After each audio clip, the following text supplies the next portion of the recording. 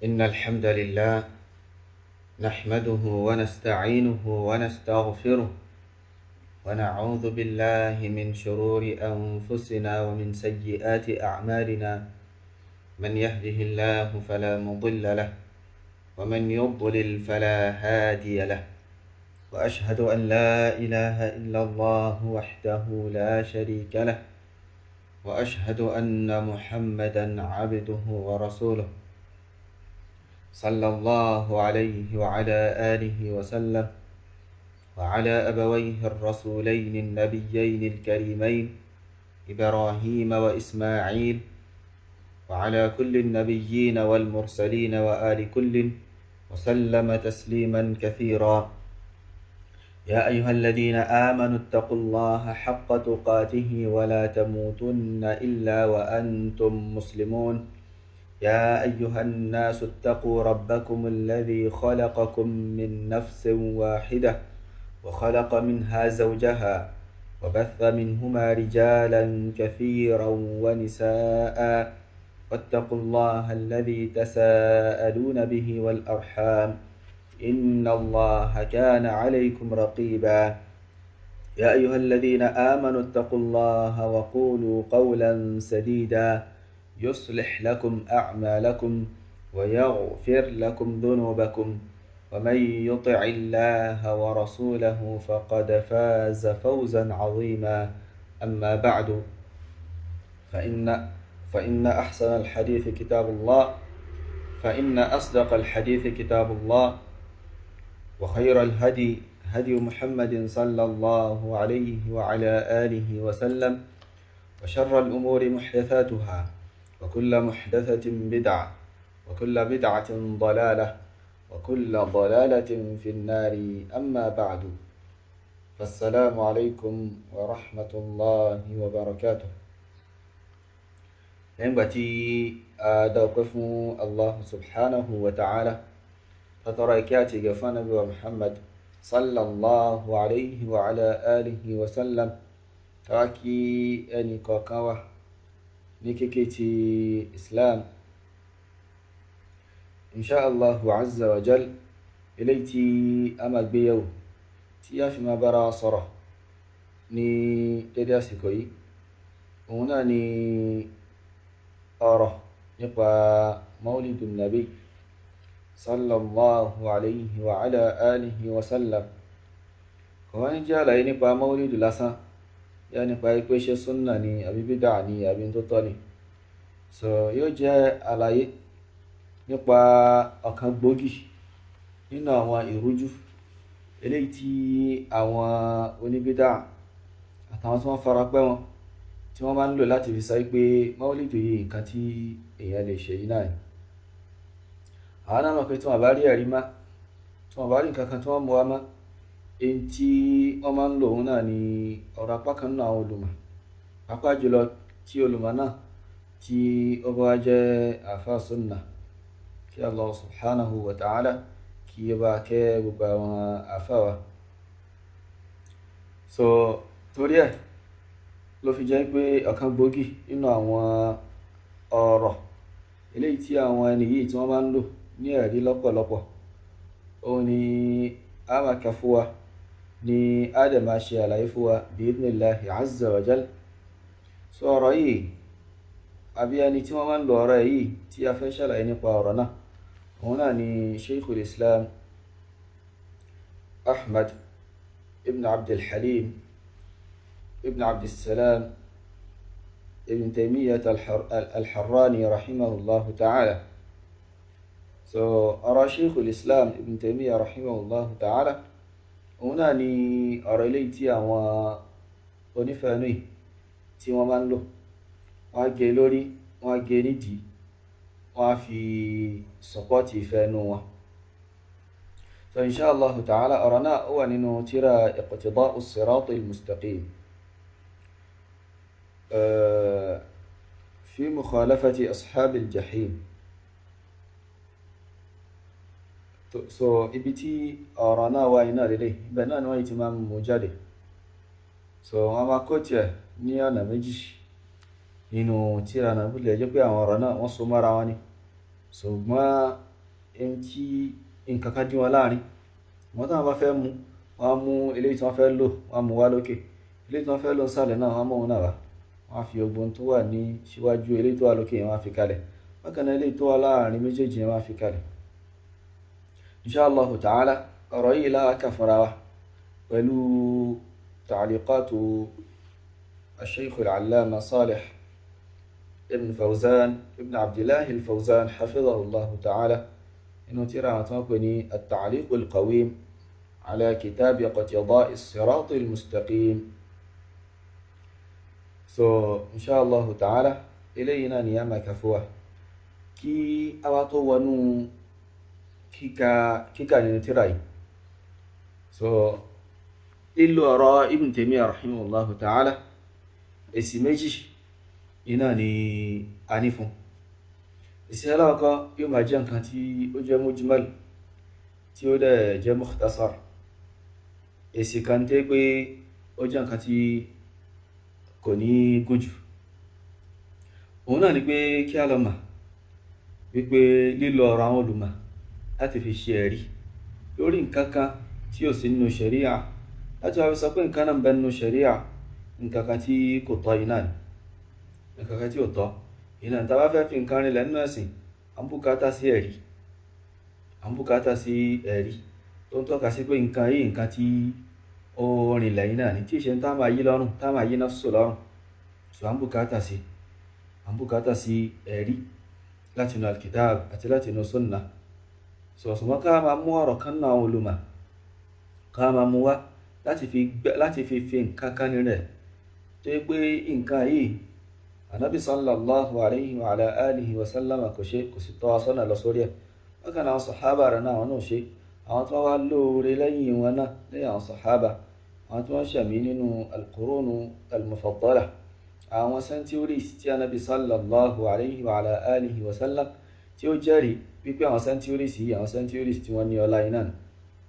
Gbogbo àwọn ẹni yìí wọ́n ṣe nǹkan yìí, wọ́n á fi nǹkan yìí rinlẹ̀, wọ́n á jẹ́ pé ọ̀rọ̀ kan náà àwọn olùmọ̀ iná ni alọ́mọ ẹni tó ṣẹ̀mí ní al-qarnu as-sabi' tàbí al-qarnu ath-thamin, century ẹlẹ́kejì àbí century ẹlẹ́kẹjọ, iná láwa máa fi ọ̀rọ̀ rẹ̀ ṣe ẹ̀rí. Àbáwọn tó tiẹ̀ wá lẹ́yìn wọn, iná láwa máa fi ọ̀rọ̀ wọn, àbáwọn tó tiẹ̀ wá síwájú century yìí, bí century ẹlẹ́kẹrin ni àbẹ́lẹ̀ karùn-ún.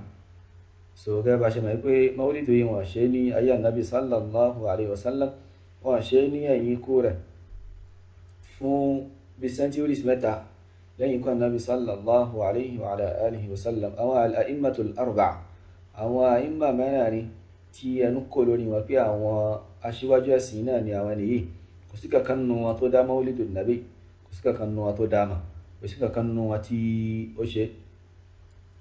So ká mú ọ̀rọ̀ kan náà àwọn olùmọ̀ tó wá lẹ́yìn ká máa fẹ́ fi nǹkan kan rí lẹ́nu ẹ̀sìn, so nǹkan yìí nǹkan tí kò bá mú iná ni. So bákan náà Ibn Taymiyyah rahimahullahu ta'ala àti tilmidhu rẹ̀ al-Allamah Ibn al-Qayyim rahimahullahu ta'ala wọ́n ti as-sala qa'ida kan fún wa tí pé in táwọn ènìyàn yìí ṣe yóò gbá dànù yóò sì bàjẹ́ pátápátá. Òun náà ni pé kalamul ulama yuhtajju lahu wa la yuhtajju bihi.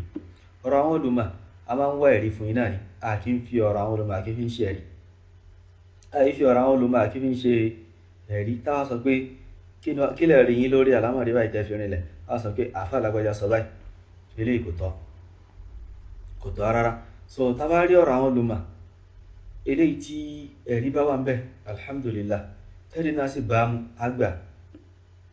Bákan náà tá bá rí ọ̀rọ̀ olùmọ̀ tó sọ̀rọ̀ kan tí ó wá mention ẹ̀rí, ojúṣe tiwa ni pé kí ni ká gbìyànjú pé kí ni ẹ̀rí ọ̀rọ̀ tí àfáà lágbájá yìí sọ. So eléyìí ni àǹfààní shuruh lórí àwọn mutun. Táwọn olùmọ̀ sọ wá kọ mutun mátínú kìníkà pé wọn ní àǹfààní, maqamu lè gbà wọn, àyè tí wọ́n ti ń kọ nǹkan yẹn àti irú nǹkan tí wọ́n ń kọ yẹn kò lè gbà wọn láti máa ṣe báṣpò, láti máa fẹ́ ọ̀rọ̀ lójú pé ẹ̀rí eléyìí nínú al-Qur'an, ẹ̀rí eléyìí nínú sunnah. So eléyìí ni iṣẹ́ àwọn olùmọ̀ tó ń bọ̀ lẹ́yìn wípé kí ni olùmọ̀ báyìí sọ̀rọ̀ báyìí nínú tírà báyìí, àbí tí olùmọ̀ báyìí à ń bùkátà láti ṣe tawdihu rẹ̀, láti là lójú, láti ṣẹ̀fọ́síwẹ́wẹ́ rẹ̀, láti ṣàlàyé rẹ̀, so that olùmọ̀ lè sọ̀rọ̀ kan kó má mention ẹ̀rí, kó ìjẹ́ pé ọ̀rọ̀ yẹn ọ̀rọ̀ tí wọ́n sọ tó ma lórí tó jẹ́ pé ó wà mabniyun ala dalili náà. So àwọn olùmọ̀ wa ṣàlàyé, wọ́n á gbìyànjú láti ṣàlàyé pé ọ̀rọ̀ tó sọ yìí nǹkan báyìí iná ló ń tọ́ka sí. Lápèjúwe nísìnyí ọ̀rọ̀ nípa sirat, as-sirat eléyìí tí Allah subhanahu wa ta'ala bákan Ànábì sallallahu alayhi wa ala alihi wa sallam wọ́n ṣàlàyé fún wa wípé nǹkan kan bẹ ní alqiyama tó ń jẹ́ as-sirat.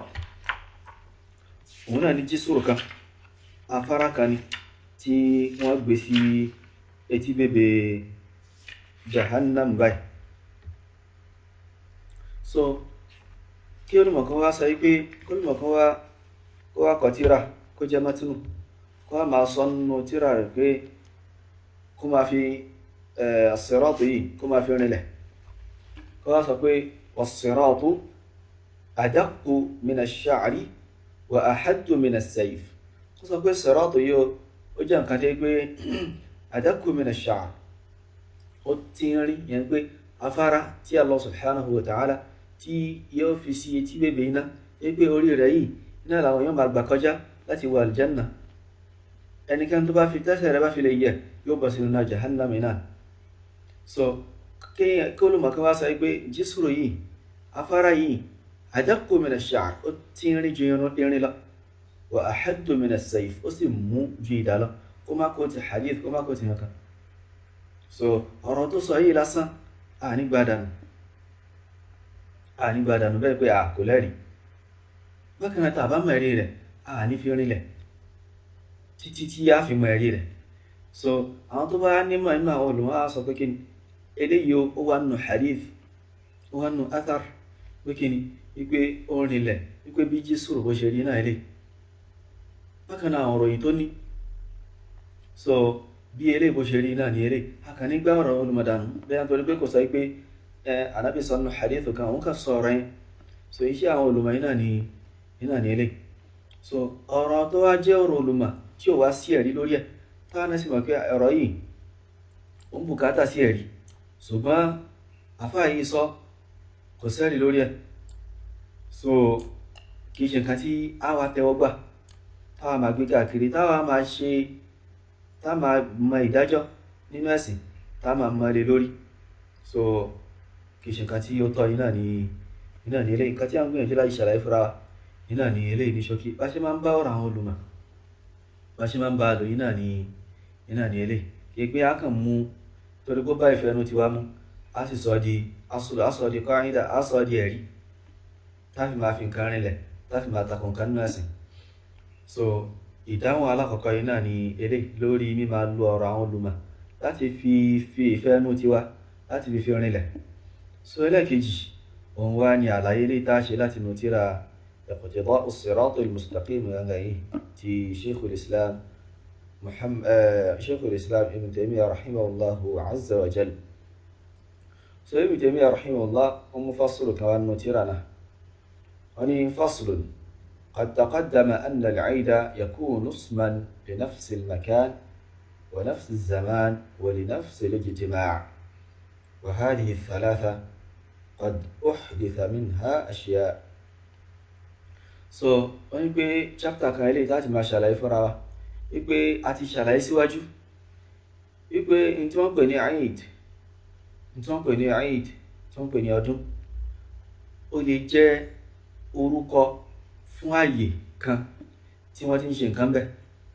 Eid ni ó lè jẹ́ orúkọ ààyè, wa nafsi zaman, ó sì lè jẹ́ orúkọ àsìkò, ó lè jẹ́ orúkọ àsìkò, wa nafsi al-ijtima', ó sì lè jẹ́ orúkọ fún àkójọ kan tí ó máa ń ṣẹlẹ̀. Wọ́n ní pé mẹ́tẹ̀ẹ̀ta táwa sọ yìí qad uhditha minha ashya, àwọn èèyàn ti dá àdáda lẹ̀ sílẹ̀ lórí àwọn nǹkan mẹ́tẹ̀ẹ̀ta yìí. So àpèjúwe Eid az-zamani ìyẹn Eid tí pé ó lè jẹ́ fún àsìkò, òun náà ni Eid al-Fitr lápèjúwe, àti Eid al-Adha àti Yawm al-Jumu'ah. Sáré pé àsìkò kan làwọn eléyìí tí pé a máa ń ṣe Eid níbẹ̀, a máa ń ṣe ọdún níbẹ̀. So al-Eid al-makani òun náà ni gẹ́gẹ́ bí àwọn al-masajid, so masalasi ni. Bákan náà àwọn bí hajj àti umrah ilé jẹ́ bí àwọn èèyàn wọ́n á kójọ níbẹ̀ láti ṣe àwọn ìjọsìn kọ̀ọ̀kan. So eléyìí òun náà ni Eidu kíni al-Eidu al-Makani. So wọ́n ṣàlàyé pé bí àwọn àyàdù yìí wọ́n ṣe wà yìí tí pé Eidu yóò ní ààyè, yóò lásìkò, yóò sì ní ó sì lè jẹ́ àkójọ, ó lè jẹ́ àkójọ. Wọ́n nípa àwọn èèyàn wọ́n ti dá àdádálẹ̀ sílẹ̀ lórúkọ àwọn nǹkan mẹ́ta yìí, wọ́n ti dá àdádálẹ̀ sílẹ̀ so dé pé ó ń jọ àwọn nǹkan mẹ́tẹ̀ẹ̀ta yìí dé pé àdádálẹ̀ ni ó láyè tiẹ̀, àdádálẹ̀ ni ó ní àsìkò rẹ̀, àdádálẹ̀ ni wọ́n á máa kójọ láti ṣe. So Ibn Taymiyyah wá sọ pé amma zaman ẹ̀wà rí àsìkò fa thalathatu anwa' oríṣi mẹ́ta iná ni, oríṣi mẹ́ta iná ni. Ìyẹn pé àsìkò eléyìí tí a máa ń ṣe kíni, a máa ń ṣe Eidu níbẹ̀, so àsìkò mẹ́ta iná ni. Wa yadkhulu fiha ba'du bid'i a'yad al-makan wal af'al. So wọ́n ní pé ó wá wọnú àsìkò yìí apá kan nínú àwọn àdádálẹ̀, àwọn ọdún àdádálẹ̀ tí pé àwọn èèyàn máa ń ṣe ní yálà ó jẹ́ eléyìí tí wọ́n máa ń ṣe láyè kan ni àbí èyí tí wọ́n máa ń ṣe níṣẹ́. So wọ́n ní pé ahaduha ìkan bẹ̀ òun ni yawmun lam tu'azzimhu ash-shari'atu asla, òun lọ́jọ́ kan tí pé ṣẹ̀ríà ò tiẹ̀ gbé ọjọ́ yìí ga rárá, káwọn èèyàn mú ọjọ́ kan kan sọ di ọjọ́ ọdún tó jẹ́ pé ṣẹ̀ríà ò gbé ọjọ́ náà, ṣẹ̀ríà ò gbé ga, ṣẹ̀ríà ò bàbàrà ọjọ́ yìí fún wa. Ó ní walam yakun lahu dhikrun fi salaf, bákan náà ọjọ́ yìí ni àwọn salaf wọn àti ẹ̀mọ́ ń ṣe rárá. Wala jara fihi ma yujibu ta'zima, kò yí ṣẹlẹ̀ láyé àwọn salaf ní tí a sọ pé in tó ṣẹlẹ̀ yìí o àwọn salaf wọ́n fi ń gbé ọjọ́ yìí, wọ́n fi ń gbé ga ní wọ́n má pèjú wa. Ó ní mithlu awwali khamisin min Rajab, gẹ́gẹ́ bí yawm al-khamis aláwọ̀kan ní oṣù Rajab. So laylatul jum'ah allati tusamma ar-raghaib, so tó jẹ́ alẹ́ ọjọ́ Jímọ̀ tí pé ọjọ́ khamis lélẹ̀ tí ilẹ̀ khamis wá ti sú jẹ́ pé ọ̀la iná ni ó jẹ́ Jum'ah. So àwọn èèyàn wọ́n máa pè ní ar-raghaib. Wọ́n ní fa inna ta'zima hadha al-yawm wal-layla innama hadatha fi al-islam ba'da al-mi'ati ar-rabi'ah.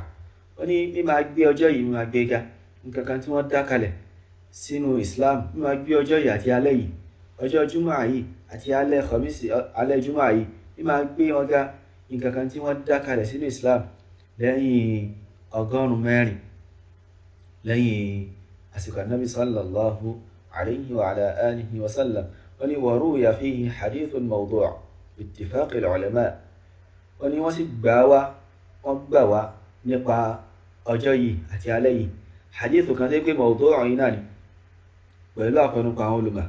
madmunuhu in tí hadithu yìí kó sínú náà ni pé kí ni fadilatu siyami dhalika al-yawm wa fi'li hadhihi as-salah التي تسمى عند الجاهلين بصلاة الرغائب. So bákan náà wọ́n tún gbà wá wípé ìdílọ́lá ká máa kírun kan eléyìí jẹ́ pé wọ́n máa ń sọ, wọ́n ń pè sọ̀látù yìí lọ́dọ̀ àwọn aláìmọ̀kan, wọ́n ń pè ní salatu raghaib. So hadithu yìí àbí sọ̀látù yìí, sọ̀látù kan jẹ́ pé tí wọ́n fi rinlẹ̀ òun náà ni hadithu kan tí تبقى موضوع عناني. الشيخ العلامة الفوزان حفظه الله أنه حديث صلاة الرغائب حديث موضوع. حديث صلاة الرغائب حديث كان تبقى أقبل رينان وهم يصححونه أعطوان لوي وانصحح حاري وانصحوا للافيا ويستدلون به وفي شاري يعني لأنهم يعتمدون على الأحاديث الموضوعة المكذوبة على الرسول صلى الله عليه وسلم ويتركون الأحاديث الصحيحة الصريحة. تلك عليه wọ́n gbára lé àwọn hadith jẹ́ pé irọ́ gan ni wọ́n parọ́ ẹ̀ mọ́ Nabi sallallahu alayhi wa sallam, wọ́n sì máa gbé àwọn hadith tó lálàáfíà tó sì clear wọ́n máa gbé jù sílẹ̀. So Ibn Taymiyyah rahimahullah ta'ala wọ́n bá ọ̀rọ̀ yẹn lọ nípa ìmọ̀ ṣe àlàyé àwọn àlámọ̀rí. So lẹ́yìn náà ni Ibn Taymiyyah rahimahullah wọ́n sọ pé kadhalika bákan náà ni o ma yuhdithuhu ba'du an-nas ní tí apá kan náà àwọn èèyàn tí wọ́n máa ń dálẹ̀ ládàdálẹ̀ imma mudahatan lin-nasara inú pé wọ́n dànkà yìí lẹ̀ láti fi kọ́ṣe àwọn nasara iná ni fi miladi Isa alayhi salam nípa bí wọ́n ṣe dá ìmáṣe ọjọ́ ìbí ànábì Isa alayhi salam wọ́n dálẹ̀ wọ́n ni wa imma mahabbatan lin-nabiyyi sallallahu alayhi wa sallam tàbí kó jẹ́ pé wọ́n dànkà yìí lẹ̀ látara pé wọ́n nífẹ̀ẹ́ ànábì sallallahu alayhi wa sallam wa ta'ziman àti látara pé wọ́n fẹ́ gbéga.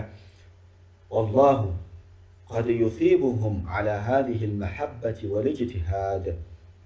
So Allah subhanahu wa ta'ala ó lè san wọ́n lẹ́san lórí ìfẹ́ tí wọ́n ní àti ìgbìyànjú wọn yìí.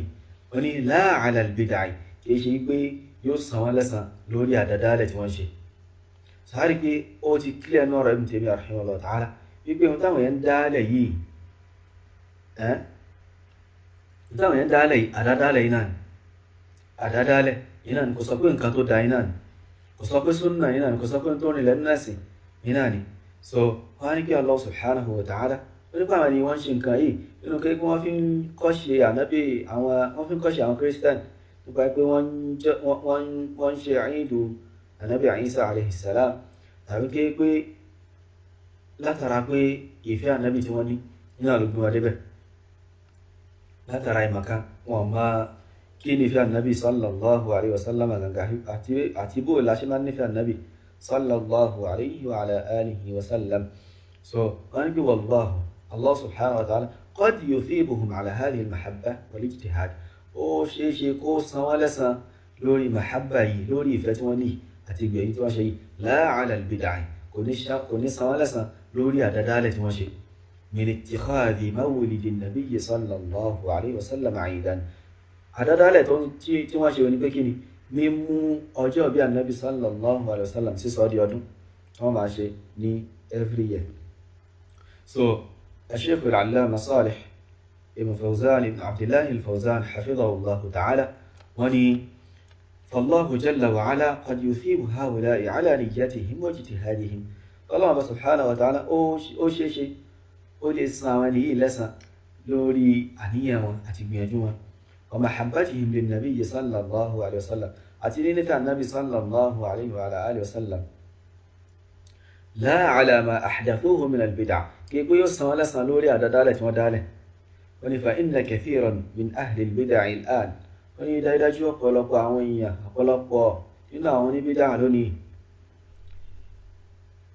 وأصحاب الموالد أتي عوات وانشي مولده يأخذون هذه الجملة أمامه رأي رتم تمية صحيح أمامه أن شيخ الإسلام يرى إقامة المولد. So أما في رله أما في شري لوري ابن تيمية أو لقطة كما شيء مولد لأنه قال يقول ابن تيمية سيقول والله قد يثيبهم على هذه المحبة والاجتهاد. So يقول ابن تيمية سيقول الله اللي سألسا لوري فتواني يأتي بمثل شيء ويحذفون قوله قرار تصيب لا على البدع كي يقول صلى لوري بدعه يريد له من اتخاذ مولد النبي صلى الله عليه وسلم عيدا عدد على يقول كي وصى أجاب النبي وصى دي عيد وصى دي أدو طبعا شلا أدو وقوله أطراره وقوله أطراره تصى ما يحدثه بعض الناس مضاهاة للنصارى. إن تي أقاكنا وياتي وداله توافن قشي ونصارى. فالشيخ شيخ ابن تيمية ما قال هذا.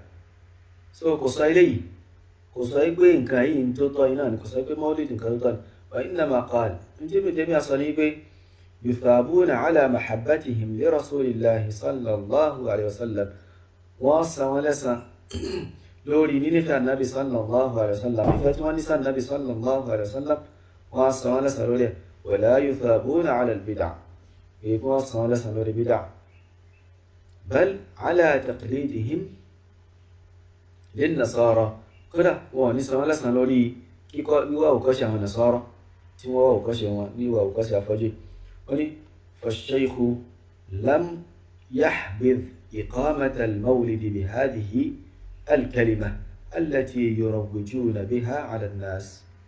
So, أنا الشيخ ابن تيمية رحمه الله تعالى كو نفع مولد كو سي سوري بين تو دايناني كما شي مولد pẹ̀lú ọ̀rọ̀ tí àwọn èèyàn tí wọ́n ń gbé káàkiri lọ́rọ̀ rẹ̀ yìí. Ó ní والثواب إذا حصل. So ẹ̀san tó ń sọ yìí tó bá ṣẹlẹ̀ gan إذا حصل لهم tí wọ́n bá gba ẹ̀san tí Ibn Taymiyyah sọ yìí على تقدير ذلك lórí pé kákàn tí wọ́n sọ pé ó lè ṣẹlẹ̀ náà ní kí pé bóyá ń ta ṣe jásùmù fún táàfin rinlẹ̀ wípé ọlọ́run san wọ́n lẹ́san. So tó bá ṣẹlẹ̀ gan ó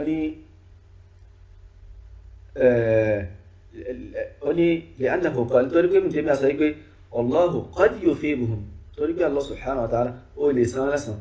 Ó ní وقد níbi للتقليل. So yẹn pé in tó kéré náà ni ó ṣeéṣe kí pé ó rinlẹ̀ pé ọlọ́run san wọ́n lẹ́san, ó ṣeéṣe kọ́ ọlọ́run san wọ́n lẹ́san. Ó ní وإذا حصل الثواب tí ẹ̀san yìí ìsan lẹ́san yìí tó bá ṣẹlẹ̀ فهو على النية والمحبة ó ṣẹlẹ̀ lórí kíni lórí àníyàn wọn àti ìnífẹ́ ànábì tí wọ́n ní لا على البدعة والإحداث kìí ṣe lórí àdádálẹ̀ eléyìí tí wọ́n ṣe. Allah subhanahu wa ta'ala kò ní san lẹ́san lórí àdádálẹ̀ tí wọ́n dálẹ̀ ìyẹn mọ́lídì eléyìí tí wọ́n ṣe, ṣùgbọ́n ó lè san lẹ́san lórí kíni lórí àníyàn wọn eléyìí tó dá látara pé kíni wọn mọ̀ pé nǹkan yìí kìí ṣe ohun tí ó wà nínú ẹ̀sìn, wọn mọ̀ pé nǹkan yìí àdádálẹ̀ yìí náà ni sàánkẹ́wò pé nǹkan tó dá yìí náà ni àwọn Nasara wọn dá nǹkan yìí lẹ̀ ẹ̀yẹ́ ká náà máa ṣe léyìí. So wọn ò ní mọ̀ nípa rẹ̀, wọn ò ní mọ̀ nípa pé nǹkan yìí àbúrò yìí náà ni nítorí bí ó ṣe kò yẹ kí a ṣe káwá sọ di àyìn Dubai. So ibi tí a dúró sí báyìí náà ni bi'idhnillahi azza wa jal. A máa tẹ̀síwájú lórí ọ̀rọ̀ Ibn Taymiyyah rahimahullah ta'ala nínú ìdánilẹ́kọ̀ọ́ eléyìí tí ó ń bọ̀. Allahu ta'ala a'la wa a'lam. Subhanaka Allahumma wa bihamdik ashhadu an la ilaha illa ant astaghfiruka wa atubu ilayk. Assalamu alaikum wa rahmatullahi wa barakatuh.